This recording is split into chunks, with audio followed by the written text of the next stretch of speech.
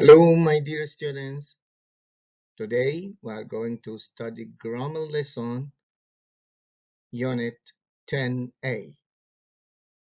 Our grammar lesson today is talking about conditional F type 2. The second conditional describes an imaginary, impossible, or unlikely situation in the present or the future. Example: if I had a lot of money, I would buy an expensive car.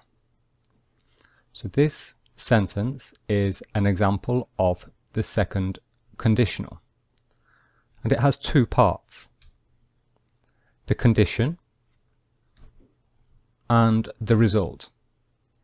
So as per the basic structure of conditional sentences, if the condition is true, then the result happens. So the meaning here is, in fact, well, in reality, I do not have a lot of money. Unfortunately, I'm not rich. But I am using the second conditional to imagine having a lot of money. Okay? Therefore, the situation is hypothetical. It is not real. I am just simply imagining having a lot of money. What would I buy? I would buy an expensive car. Perhaps I would go on holiday. I'm dreaming. Let's look at the form. So it is if plus condition plus the result. If he knew her telephone number, he would call her. So this is the condition, and this is the result. And when we write it, there is always a comma after the condition and before the result. Okay, that's very important. And we can also change the order. So we can also have the result first, followed by the if condition. So we can say the same sentence with a different order. We can say, he would call her if he knew her telephone number. And when we write it like this, we do not use a comma. Okay? So what is the meaning of this sentence? Well, in the present, he does not know her telephone number. It is impossible for him to call her. So by using the second conditional, we are describing a hypothetical situation. Okay?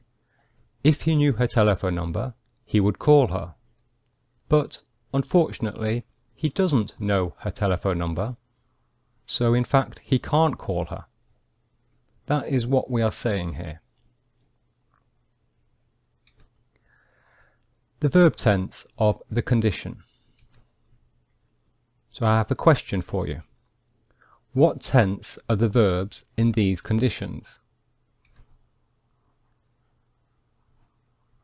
If I had a lot of money, I would buy an expensive car. So what is this tense? And if he knew her telephone number, he would call her. So what is this tense? Well, the answer is, it's the past simple. I had. He knew. So for the second conditional, the tense of the verb in the condition is the past simple. But very important. Okay? So the past tense is indicating a distance from reality.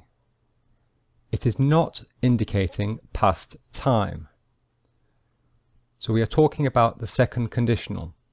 The form is the past simple. The form is the past simple. But the meaning is not the past. The meaning is, in fact, the present or the immediate future. But it is the past simple to show that we are far from reality. Okay? It is an unreal situation. That is why we use the past simple. But it is not the past time.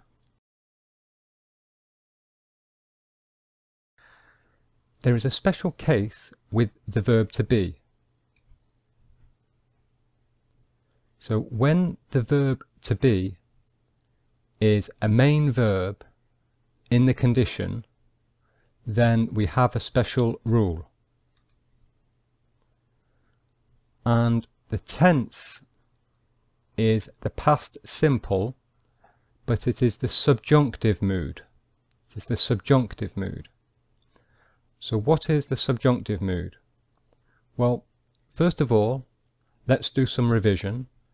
Let's look at the verb to be, the past simple, in the indicative mood. So this is the normal past simple of the verb to be. This is the normal one. You should already know this.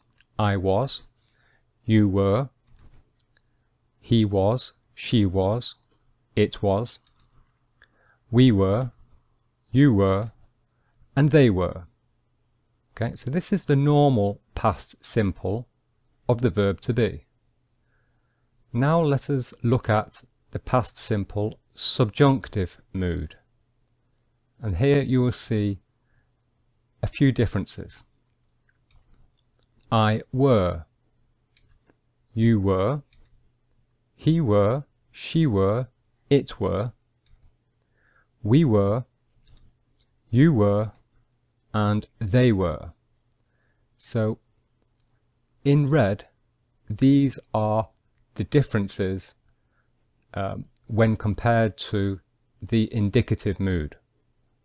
Okay, so we say I were. So we use this when we are using the verb to be as a main verb in the condition. Example. If I were you, I would go to London. And this is correct because we are using the past simple subjunctive mood.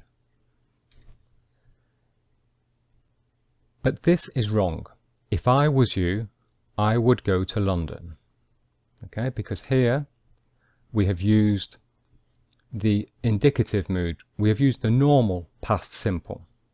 But that is wrong for the second conditional.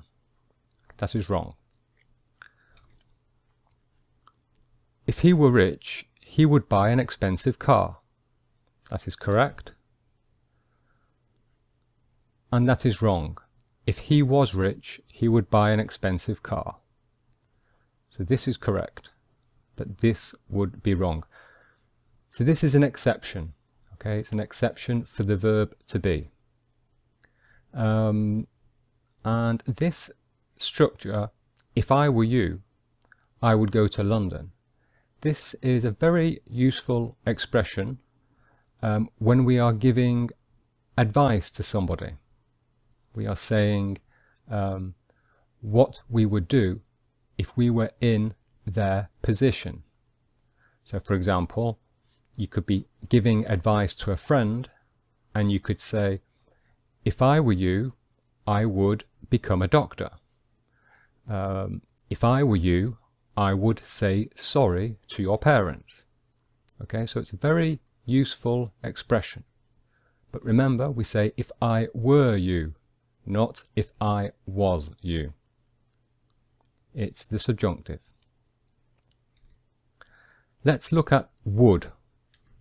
So the result. Let's look at the result part of the sentence. And the structure is the subject, would, and then the base form of the verb. So here is an example.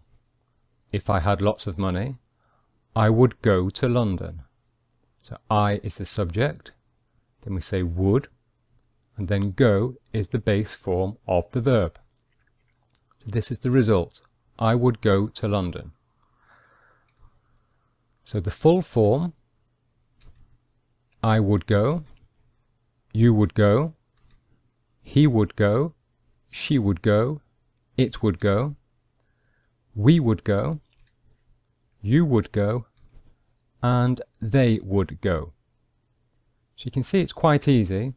It is the same form for would for all subjects, and the verb stays the same also. It is always the base form of the verb. So this is the full form, and we often use the contracted form. I'd go, you'd go, he'd go, she'd go, it'd go, we'd go, you'd go, they'd go. So the meaning is exactly the same, and we use the contracted form often in spoken English and informal English. Okay? Now, my dear students, go to your assessment and do your homework. Your teacher, Mr. Muhammad Hussein.